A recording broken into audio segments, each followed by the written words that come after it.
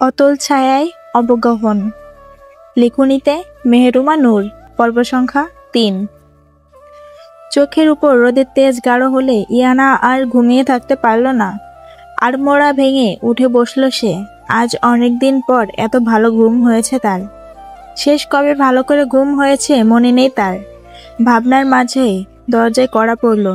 ইয়ানা উঠে গিয়ে দরজা খুলে দিতেই সামনে পকেটে হাত দিয়ে শটান হয়ে দাঁড়িয়ে থাকা অভিককে দেখতে পেল।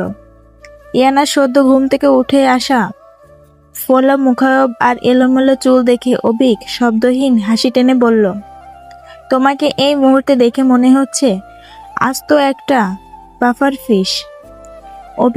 অভিকের মন্তব্য শুনে ইয়ানা কেমন বোকাশোকা মুখ করে তাকিয়ে রইল।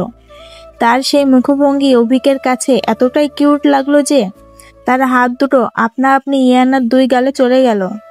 ইয়ানার দুই গাল ধরে বাচ্চাদের মতো টেনে দিল সে। ইয়ানার গাল ধরতে অভিকের মনে হলো মোলায়েম শ্যামশ্যামও ধরেছে সে। So soft. তখনই অভিক বলে উঠল, তোমার গাল টানার জন্য কি আমাকে পে করতে হবে? ইয়ানার মনে হলো লোকটা কি পাগল বেশি নাকি লুচ্চা বেশি। পরক্ষণে পেটের বাচ্চার কথা মনে হতেই তার উদ্দেশ্য মনে মনে বলল, সরি বেবি, আমি তোমার বাবাকে খারাপ বলিনি। তিনি নিশ্চয়ই ভালো মানুষ আর তোমার বাবা হবেন। ইয়ানা তার বাবাকে সবচেয়ে বেশি ঘৃণা করে। এমনকি তার মৃত্যুতেও তাকে সেই ঘৃণা কমিয়ে দিতে পারেনি। তার মৃত্যুর পরেও তাকে একই রকম ঘৃণা করে ইয়ানা।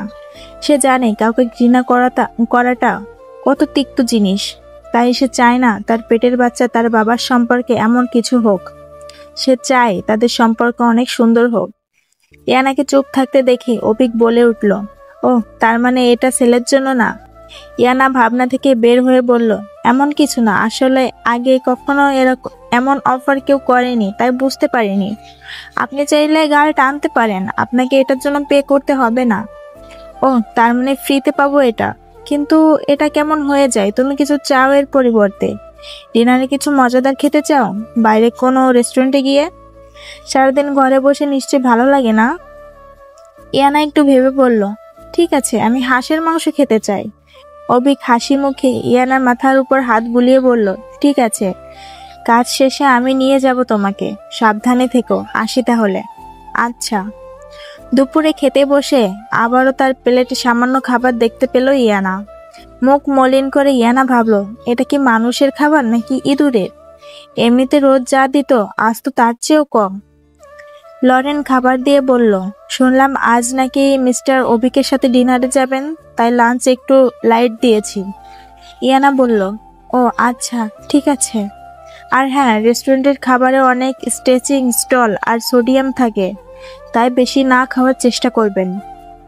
কথাটা বলে লরেন যেতে নিয়ে আবার ঘুরে উঠে বলল, আপনি কি গতকাল ইনস্ট্যান্ট নুডলস খেয়েছিলেন? ইয়ানা তখন জানালো গতকাল অভিক তাকে দিয়েছিল। তা শুনে লরেন যে ভীষণ অসন্তুষ্ট প্রকাশ করে বলল, আপনার কিছু খেতে মন চাইলে আমাকে বলতেন। বেশরমের মতো মিস্টার অভিকের কাছে চাওয়ার কি দরকার ছিল? ছি ছি ছি। ইয়ানা তেমন কোনো প্রতিক্রিয়া করল না। লরেন এটা ভুল বলেনি, বেশরম তো সে বটেই। নিজের দৈহিক সার্ভিসের বিনিময়ে খাবার নেওয়া নিশ্চয় বেহায়াই বটে। হঠাৎ রাশভারী গলা আওয়াজ শোনা গেল, হ্যাঁ আমি দিয়েছি ওকে। তো কোনো সমস্যা এটা আপনার? অভিককে দেখে ইয়ানা খানিকটা চকিত হলো। তবে লরেন অভিকের হুমকি স্বরূপ প্রতিক্রিয়ায় ভয়ে থমথমে খেয়ে গেল। ভয়ার্ত গলায় বলল, না না স্যার, এমনটা না। আসলে মিস্টার চেয়ারম্যান আমাকে ওনার ডায়েটের খেয়াল রাখতে বলেছেন, এজন্যই। আসলে পরিস্থিতির এমন বেকায়দার মাঝে হঠাৎ ইয়ানার কেমন গা গুলিয়ে উঠল। মুখে হাত চেপে দৌড়ে বাথরুমে ঢুকলো সে। তাকে এভাবে যেতে দেখে অভিক আপাতত লরেনকে ভুলে ইয়ানার কাছে এগোলো চিন্তিত হয়ে। বাথরুমে এসে বেসিনে বমি করে হাঁপাতে লাগলো ইয়ানা। অভিক তার কাছে এসে দাঁড়ালো। অভিকের শরীরে পারফিউম ঘ্রাণটা কমলা লেবুর মতো। ঘ্রাণটা কেমন ফ্রেশ লাগে ইয়ানার কাছে, যেন তাকে কেমন শান্ত করে দেয়। গতকালও এই ঘ্রাণ পেয়েছিল সে। অভিক ইয়ানার পাশে এসে তার মাথায় হাত বুলিয়ে বলল, কি হয়েছে? হঠাৎ বমি হচ্ছে কেন? ইয়ানা ক্লান্ত ভঙ্গিতে মাথা নেড়ে বোঝালো, কিছু হয়নি। কিছু না হলে তাহলে তোমার বমি হচ্ছে কেন? হঠাৎ খারাপ লাগছে কেন? ইয়ানা এবার বলল, কি জানি, হয়তো বেবির রাগারাগি পছন্দ না। এই পর্যায়ে অভিক বাঁকা হেসে বলল, তুমি শিওর তো বাচ্চা আমারই? না মানে আমার বাচ্চা রাগারাগি পছন্দ করবে না এটা আদৌ সম্ভব? তাহলে বোধহয় বাচ্চা তোমার মতো হবে। ইয়ানা থমকে গেল। তার মতো হবে না। ইয়ানা কখনোই চায় না এই বাচ্চাটা ইয়ানার কোনো গুণ পাক, তার কোনো কোয়ালিটি যেন এই বাচ্চার মাঝে না আসে। সে তো তার নিজের ব্যক্তিত্বই ঘৃণা করে, সেখানে এই নিষ্পাপ বাচ্চা তার কোনো কোয়ালিটি পাক এমনটা সে কখনোই চায় না। এসব ভাবনার মাঝে কখন ইয়ানার চোখের কোণে ঝাপসা হয়ে উঠল টের পেল না সে। তবে অভিক যেন তা খেয়াল করলো হয়তো। তবে সে ব্যাপারে কিছু বলল না। নিজের শার্টের হাতা গুটিয়ে বেসিনের ট্যাপের নিচ থেকে পানি হাতে নিয়ে ইয়ানার মুখ ধুইয়ে দিতে লাগলো। ইয়ানা তাতে কিছুটা থতমত হয়ে গেল যেন। মুখ ধুয়ে অভিক ইয়ানার নাকের ডগা ধরে বলল, নাও নাকের পানি বের করো। এরপর সে ফিক করে হেসে দিল ইয়ানা। লোকটা কেমন তার নাক সাফ করে দিতে চাচ্ছে, যেন সে কোনো ছোট বাচ্চা। এহেন কাজে হাসতে লাগলো সে। তার হাসি দেখে অভিকের মুখাবয়ব হাসি ফুটল। রাতে অভিক মেসেজ দিয়ে ইয়ানাকে রেডি থাকতে বলল। ইয়ানা কথা মতো উঠে একটা লাল রঙের গাউন পরে রেডি হয়ে নিল। এর মাঝে ইয়ানার দাদির ফোন এলো। ইয়ানা ফোন রিসিভ করে বলল, কেমন আছো দাদি? তোমার শরীর কেমন আছে এখন? ঠিকমতো ওষুধ খাচ্ছ তো? ওপাশ থেকে বলে উঠল, হ্যাঁ হ্যাঁ আমি ঠিক আছি। তুই আমার জন্য যে মেয়েটাকে রেখেছিস সে আমার সবকিছু খেয়াল করে, চিন্তা করিস না। তুই কেমন আছিস তাই বল। খাওয়া দাওয়া করেছিস? আমি ভালো আছি দাদি। এখন আমি হাঁসের মাংস খেতে যাচ্ছি। বা বিদেশেও পাওয়া যায় বুঝি? হ্যাঁ যাই তো, সবকিছু পাওয়া যায়। তোর বর নিয়ে যাচ্ছি বুঝি? কত লাকি তুই, দেখেছিস কত যত্ন করে তোর? ইয়ানার মুখে মিছে হাসি টেনে বলল, হ্যাঁ দাদি, সে তো অবশ্যই করে। তোর বর আর তুই এখানে বেড়াতে আমি হাঁসের রান্না করে খাওয়াবো তোদের। দাদি, উনি তো অনেক ব্যস্ত মানুষ, ওনার আসার সময় হবে না। তবে আমি আসলে খাবো তোমার হাতের রান্না। তুই যা বলবি তাই রান্না করে খাওয়াবো। আচ্ছা শোনো দাদি, উনি তোমার জন্য কিছু টাকা দিয়েছে, আমি তোমার অ্যাকাউন্টে পাঠিয়ে দিব নে। অভিকের গতকালকে দেওয়া পেমেন্ট পাঠাতে চাচ্ছি ইয়ানা, তাই মিছে বাহানা দিয়ে বলেছে। দাদি বলল, কি বলিস? জামাইয়ের টাকা নেয়া কেমন দেখায়? তাছাড়া এত টাকা দিয়ে আমি বুড়ি মানুষ কি করব? মন যা চায় তাই করবা, খাবা, ঘুরবা, যা ইচ্ছা কিনবা। কথার মাঝে দরজায় কড়া পড়লো। ইয়ানা দাদির সাথে কথা শেষ করে দরজা খুলে দিল। অভিক ইয়ানার পানে কেমন একাগ্র নজরে তাকিয়ে বলল, ওয়াও, গর্জিয়াস লাগছে তোমাকে। তুমি কি দিন দিন সৌন্দর্যের কোনো টেকনিক প্রয়োগ করছো? এত সুন্দর কিভাবে হয়ে যাচ্ছ? তাই এত সুন্দর করে সেজেছো কেন? কাকে দেখাতে চাও? ইয়ানা বোকা চোখে তাকালে হেসে দিল অভিক। ইয়ানাকে নিয়ে বের হলো। তারপর রেস্টুরেন্টে পৌঁছে আগে থেকে বুক করা টেবিলে ইয়ানাকে নিয়ে বসলো অভিক। দুজন মুখোমুখি বসে ইয়ানা দেখলো তাদের পাশের টেবিলে অভিকের 4 বডিগার্ড আছে। এছাড়া পুরো রেস্টুরেন্ট খালি। উনি কি তাহলে পুরো রেস্টুরেন্ট বুক করেছে? যথারীতি তার সামনে হাঁসের মাংস আসতেই খাবারের সম্মানে মনোযোগ প্রয়োগ করলো ইয়ানা। মাংসের টুকরো মুখে দিতেই স্বাদের তৃপ্তিতে মুখমণ্ডল দৃঢ়ভূত হয়ে গেল যেন। তা দেখে যথারীতি অভিকের মাঝেও যেন কিছু দ্রব্য হচ্ছে। সে ইয়ানার পানে চেয়ে বলে উঠল, বাসায় তোমাকে খেতে দেখে আমার সবসময় ভালো লাগতো, তবে আজ যেন বাইরে তোমার এমন তৃপ্তি করে খেতে দেখে আরো বেশি কিউট লাগছে তোমাকে। ইয়ানার যেন সেসব কথা কানে ঢুকলো কিনা সন্দেহ। সে তো খাবারের স্বাদেই ডুবে আছে। তাকে এভাবে দেখে অভিক ফের বলল, এটা কি এত বেশি মজাদার? ইয়ানা খেতে খেতেই বলল, হ্যাঁ অনেক মজা, আমার ঠোঁটের চেয়েও বেশি স্বাদ।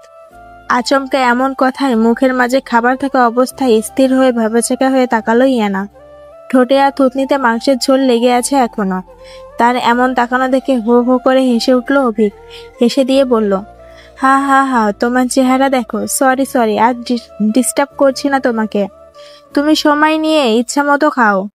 মাংসের সাথে রাইস দেবো তোমাকে? ইয়ানা মাথা ঝাঁকিয়ে বলল, হ্যাঁ ঠিক আছে।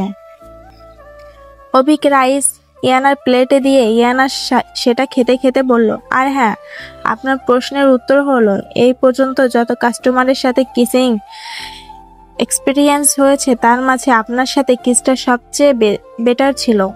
অভিক কিছুটা নেশালো কণ্ঠে বলল, তুমি আমাকে তপ্ত করছো। তারপর ইয়ানার হাত ধরে কিছুটা কাছে এনে বলল, আর কতদিন হলে আমি ফুল সার্ভিস নিতে পারবো? ইয়ানা যথারীতি মনে মনে পেটের বাচ্চাকে বলল, যতটা ভেবেছিলাম তোমার বাবা তার চেয়ে বেশি সুপার লুচু, অল টাইম হর্নি পারভার্ট।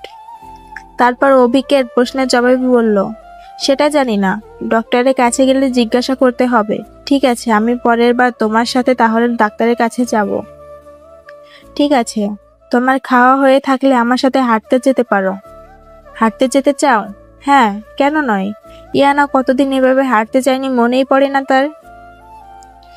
একটু পর রেস্টুরেন্টের বাইরে হাঁটতে বের হলো তারা। রাতের পরিবেশে হাঁটতে ভালোই লাগছে ইয়ানার। রাস্তার পাশে নানা রকম গাছ লাগানো। ইয়ানা তাকিয়ে তাকিয়ে সেসব দেখছে। অভিক বলে উঠল, কেমন লাগছে তোমার? খাবার খেয়ে সাথে সাথে হাঁটতে খারাপ লাগছে না তো? না, আমার ভালোই লাগছে, সমস্যা হচ্ছে না। আপনার বাচ্চা ভালো আছে, আমাকে বেশি সমস্যা দেয় না। অভিক স্মিত হেসে বলল, তাহলে তো ভালোই। বেশি জ্বালালে আমাকে বলো, আমি ধমক দিয়ে দিব, তখন ঠিক হয়ে যাবে। আপনি ধমক দিবেন আপনার বাচ্চাকে? ভয় পাবে না বেবি? আপনার মায়া লাগে না? এই জন্যই কি এত আয়োজন করে আরেক দেশের সারোগেট মাদার এনে বাচ্চা দিলেন? আমি এসব করিনি। বাচ্চা নেওয়ার আমার কোনো চিন্তা ভাবনাও ছিল না, কিন্তু আমার বাবা বুড়োটা আমার বাচ্চা দেখার শখ উতলায় হয়ে উঠছিল। আমাকে অনেকবার বলেছে আমি যেন বিয়ে করি। যদি বিয়ে না করি তাহলে অন্তত আমার কোনো গার্লফ্রেন্ড বা বেড পার্টনারের মাধ্যমে বাচ্চা নিই। কিন্তু আমার এসবে কোনো ইন্টারেস্ট ছিল না। আমার তেমন সিরিয়াস কোনো রিলেশনশিপও নেই। শুধু one time meet and hook ups এইসবই করি। এজন্য পরে তিনি সারোগেট মাদারের ব্যবস্থা করেছেন। আমাকে শুধু বলেছিল হসপিটালে আমার স্পাম দিয়ে আসতে। আমিও সেটাই করেছি। তারপর জানানো হলো তোমার কথা। এরপর তো জানোই সব। কথাগুলো শেষ করে পাশে তাকিয়ে দেখলো ইয়ানা রাস্তার পাশে একটা গাছের সামনে দাঁড়িয়ে বোর্ডে লেখা গাছের বিবরণ পড়ছে। অভিক আনমনে হাসলো। মেয়েটা কেমন, একেবারে মুরব্বীদের মতো কাজবাজ। পাশের একটা বেঞ্চে গিয়ে বসলো অভিক। ইয়ানাকে তার মতো গাছের গবেষণায় ছেড়ে দিল। কিছুক্ষণ পর হঠাৎ একটা সিঙ্গাপুরিয়ান যুবক ইয়ানার পাশে এসে বলল, হ্যালো ম্যাম, আপনার নাম কি? আমি কি আপনার নাম্বার পেতে পারি? আমার মনে হচ্ছে আপনি একদম আমার টাইপের। ইয়ানা কিছুটা অপ্রস্তুত হয়ে তাকালো। যদি এসব তার কাছে নতুন না, তবে বর্তমানে সে একজনের আয়তায় আছে, তাই কি বলবে তাই ভাবছে। তবে তার ভাবনার আগে পাশ থেকে অভিকের রাশভারী কণ্ঠ ভেসে আসলো, হাসুর মা। অভিকের কথায় যুবক এবং ইয়ানা দুজনের চকিত নজরে তাকালো। অভিক তীক্ষ্ণ ক্রূর দৃষ্টিতে যুবকটির দিকে তাকিয়ে বলে উঠল, হাসুর মা, কে লাইন মারার সাহস কি করে হলো তোর? You piece of the shit, তুই কি আমার হাতে মরতে চাস? যুবকটি পাপড়ি পরিমরি করে যান বাঁচিয়ে ভাগলো সেখান থেকে। এদিকে ইয়ানার মাথায় শুধু একটাই শব্দ ঘুরছে, হাসু। উনি কি আমাকে হাসুর মা বলল? Like seriously? নিজের বাচ্চার কেউ এমন নাম রাখে? যদিও ইয়ানার এই বিষয়ে বলার কোনো অধিকার নেই। বাচ্চা ওনার, তাই উনি যা ইচ্ছা রাখতে পারেন, কিন্তু হাসু এটা কেমন নাম? ইয়ানা বলে উঠল, আপনি আপনার বাচ্চার নাম কি হাসু বললেন? হ্যাঁ, কেন, ভালো লাগেনি? আসলে তখন হঠাৎ আর কোনো কিছু মাথায় আসেনি। তুমি হাঁস খেতে পছন্দ করো তাই মাথায় ওটাই এসে গেছে। তোমার ভালো না লাগলে পাল্টিয়ে তুমি তোমার ইচ্ছা মতো রাখতে পারো। না না, ঠিক আছে, আপনার যেটা রেখেছেন ওটাই থাক। এমনিতেও এগুলো নিকনেম, জন্মের পর না হয় আসল নাম রাখা যাবে। ঠিক আছে। তো হাসুর মা, তোমার বেবি বাম্প কতদিনে দেখা যাবে? ডাক্তার বলেছে 4 থেকে 5 মাস হলে দেখা যাবে। এত দেরি? মনে হচ্ছে জুনিয়র লিডার আসতে অনেক সময় লাগবে। লিডার? আপনি কি ছেলে আশা করছেন? কি জানি, এসব নিয়ে কখনো ভাবিনি, কিন্তু যদি মেয়ে হয় তাহলে হাসু নাম মানাবে না। হাসি ঠিক হবে, তাই না? এবারে আর ইয়ানা না হেসে থাকতে পারলো না। ছেলে মেয়েদের নাম ধরার ধরন দেখে হেসে দিল ইয়ানা। মনে মনে ইমাজিন করলো গ্যাংস্টার বাপের কোলে কালো চশমা পরা তোয়ালে পেঁচানো গ্যাংস্টার বাচ্চা। এমন একটা সিন ইমাজিন করে ফিক করে হেসে ফেললো ইয়ানা। অভিক সেই হাস্যোজ্জ্বল মুখপানে তাকিয়ে বলে উঠল, এটাকে তাহলে আমার ফার্স্ট ডেট বলা চাই। ইয়ানা থমকে উঠে হাসি থামিয়ে বলল, কি বললেন? কিছু না, চলো ফেরা যাক। অভিক ইয়ানার হাত ধরে গাড়ির দিকে যেতে যেতে মজার ছলে বলে উঠল, বাই দ্য ওয়ে, তোমার মিঙ্গেল হওয়ার প্রাইস কত? ইয়ানা আবার থমথমে খেয়ে গেল। বলল, মানে? কিছু না, চলো। বাসায় এসে ইয়ানা তার রুমের দিকে যেতে নিলে অভিক তার হাত টেনে বলল, যাওয়ার আগে কি আমি আবার সার্ভিস পেতে পারি? ইয়ানার মাথা দুলিয়ে এগিয়ে এসে অভিকের ঠোঁটে ঠোঁট মিলিয়ে নিল। চুম্বন শেষে ইয়ানা ভাবলো আজ হয়তো তাকে আরো বেশি সার্ভিস দিতে হবে। লোকটা এত টাকা খরচ করে তাকে এত ভালো জায়গায় ঘুরিয়ে নিয়ে আসলো, নিশ্চয় তার প্রতিদান চাইবে। তবে ইয়ানাকে অবাক করে দিয়ে অভিক বলে উঠল, আমার সাথে আমার রুমে ঘুমাবে? না না, আমি ঠিক আছি, ভয় নেই, আমি খেয়ে ফেলবো না তোমাকে। যদিও তোমাকে খেয়ে ফেলার অনেক ইচ্ছা আমার, তবে আমি জানি এখন তোমার অবস্থা কেমন। আমি শুধু ঘুমাতে চাচ্ছি তোমার সাথে। আসলে আমার ঘুমানোর অভ্যাস ভালো না, হাত পা ছোটাছুটি করি, তাই একসাথে শোয়া ভালো হবে না। আচ্ছা ঠিক আছে, রুমে যাও তাহলে। Good night. Good night. Iyana রুমের দিকে যেতে যেতে পেটে হাত রেখে মনে মনে বলল, হাসু তুমি ঠিক আছো?